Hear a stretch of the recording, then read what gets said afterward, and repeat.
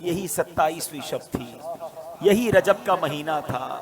میرے آقا حضرت ام ہانی رضی اللہ تعالیٰ عنہ کے گھر آرام کر رہے ہیں کہ جبریل امین جو فرشتوں کے سردار ہیں نبی پاک کے دربار میں آتے ہیں۔ آرام سے جگاؤں کیسے؟ رب کا حکم ہے کہ محبوب کو بلایا جائے، مگر محبوب آرام کر رہے ہیں۔ یہ وہی آرام ہے، نہ جگانے پر صدیق اکبر نے نماز قضا کر دی تھی، نہ جگانے پر سیدنا صدیق اکبر نے سانپ کا ڈس جو ہے وہ برداشت کر لیا تھا، جگایا نہیں۔ اور مولا علی نے دیکھا کہ عصر کی نماز جاتی ہے تو چلی جائے، آقا کے آرام میں خلل نہ آئے، اب جبریل امین کو جگانا ہے۔ اللہ اکبر، بلاوا رب کی طرف سے ہے۔ تو اعلیٰ حضرت نے گویا قصیدہ معراج میں کہا کہ فرمایا یہی سما تھا کہ پے کے رحمت، خبر یہ لایا کہ چلیے حضرت، ذرا سمجھیے گا بات کو، کیا خبر لایا کہ چلیے حضرت تمہاری خاطر کشادہ ہیں۔ کیا کشادہ ہیں؟ جو کلیم پر بند راستے تھے۔ نبی پاک کو حتیم میں لایا گیا، وہاں نبی پاک کے سینہ اقدس کو چیرا گیا اور اس میں نور کی برسات کی گئی، حکمتیں داخل کی گئی، پھر سینہ اقدس کو بند کر دیا گیا۔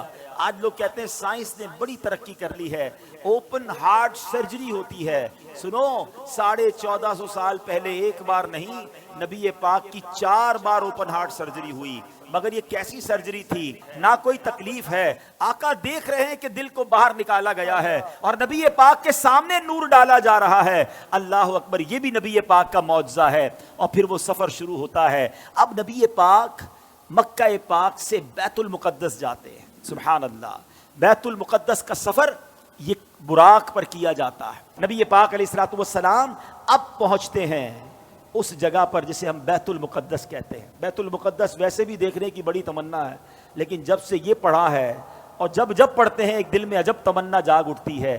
ذرا سوچو تو صحیح کہ کائنات میں ایسی نماز نہ اس سے پہلے ہوئی نہ اس کے بعد ہوگی، جب اس کائنات کے سب سے بہترین افراد یعنی انبیاء کرام کم و بیش 1,24,000 آل ٹوگیدر ونس ٹائم، ایک ہی وقت میں وہ بیت المقدس میں موجود ہیں، صفے تیار ہیں، مؤذن فرشتے ہیں، اقامت دینے والے جبریل امین ہیں۔ اور اب جبریل امین نے عرض کیا حضور اب آپ امامت فرمائیے۔ امام الانبیاء میرے آقا امامت فرما رہے ہیں۔ سبحان اللہ، سیدی اعلیٰ حضرت امام اہل سنت بڑی پیاری بات لکھتے ہیں، فرماتے کہ وجہ کیا تھی؟ معراج کی رات کی جماعت کیوں جو ہے وہ سجائی گئی، یہ بلایا کیوں گیا سب کو؟ سبحان اللہ، رہتی دنیا کو یہ بتانا تھا۔ اعلیٰ حضرت کہتے ہیں نماز اقصا میں تھا یہی سر، سر کہتے راز کو، یہاں کہتے ظاہر ہونا۔ فرماتے نماز اقصا میں تھا یہی سر، یہی راز تھا کہ ایاں ہو مانائے اول آخر، پتہ چل جائے دنیا کو کون اول ہے کون آخر ہے دست بستہ پیچھے حاضر، سارے ہاتھ باندھے کھڑے ہیں، کون؟ جو سلطنت آگے کر گئے تھے۔ اقصا میں سواری جب پہنچی، اقصا میں سواری جب پہنچی، جبریل نے بڑھ کے کہی تکبیر۔ اقصا میں سواری جب پہنچی، جبریل نے بڑھ کے پڑھی تکبیر۔ نبیوں کی امامت اب بڑھ کر سلطان جہاں فرماتے ہیں، اللہ اللہ کہو، اللہ اللہ اللہ اللہ اللہ اللہ کہو، اللہ اللہ۔ اب نماز سے میرے آقا فارغ ہوئے، اب آسمان کے سفر کی تیاری ہے۔ اب سفر آسمان میں وہی براق ہے، وہی بارات ہے، وہی دولہا ہے، وہی باراتی ہیں۔ آن کی آن میں پہلا آسمان آ گیا، اور اللہ کے حبیب کا یہ سفر کتنا فاسٹ ہوا، نبی پاک آگے بڑھتے گئے، اب سدرۃ المنتہا آ گیا۔ اب یہاں جو ساتھی ہے جو ام ہانی کے گھر سے لے کر ساتھ جا رہے ہیں جبریل امین، وہ عرض کرتے ہیں کہ حضور بس اب یہاں سے آگے میں نہیں جا سکوں گا، یہ میری لمٹ ہے، اس سے آگے گیا تو میرے پر جل جائیں گے۔ اللہ اکبر، اب اس کے آگے فقط رب کے حبیب جا رہے ہیں۔ یہ وہ مقام ہے کہ جبریل امین بھی پیچھے رہ گئے۔ اللہ اکبر، اب جناب نبی پاک علیہ الصلوۃ والسلام جب آگے جاتے ہیں، جبریل ٹھہر کر سدرا پر بولے جو بڑے ہم ایک قدم، جل جائیں گے سارے بالوں پر، اب ہم تو یہیں رہ جاتے ہیں۔ جبریل ٹھہر کر سدرا پر بولے جو بڑے ہم ایک قدم جل جائیں گے سارے بالوں پر، اب ہم تو یہی رہ جاتے ہیں۔ اللہ اللہ کہو، اللہ اللہ اللہ اللہ اللہ اللہ کہو، اللہ اللہ۔ نبی پاک کا جو اگلا سفر ہے نا، اس کے بارے میں کوئی کچھ نہیں بتا سکتا کہ وہاں کیا ہوا، کتنی دیر دیدار ہوا، اللہ نے اپنے حبیب کو کیا دیا، حبیب پاک نے کیا لیا۔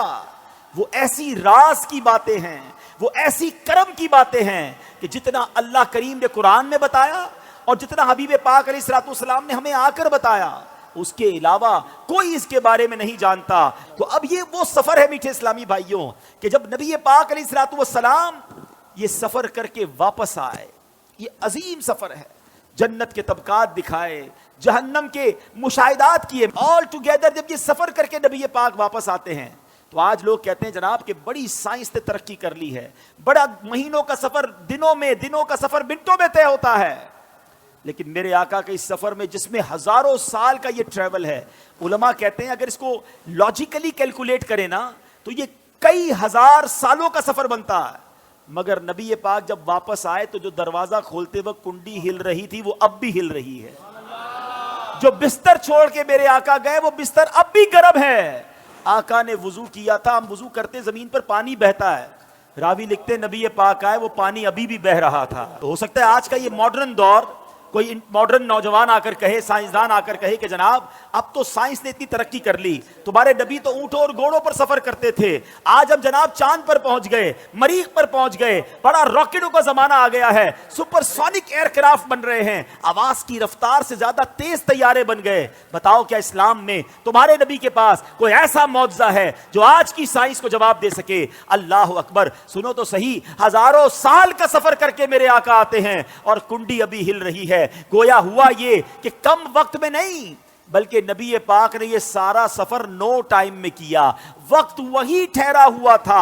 ماجرا یہ ہے، اب عشق والا جواب سن لو، دراصل بات یہ ہے کہ میرے آقا تو سارے جہان کی جان ہے نا، جب جان چلی گئی تو جہان رک گیا تھا، آقا واپس آئے جہان نے پھر چلنا شروع کر دیا۔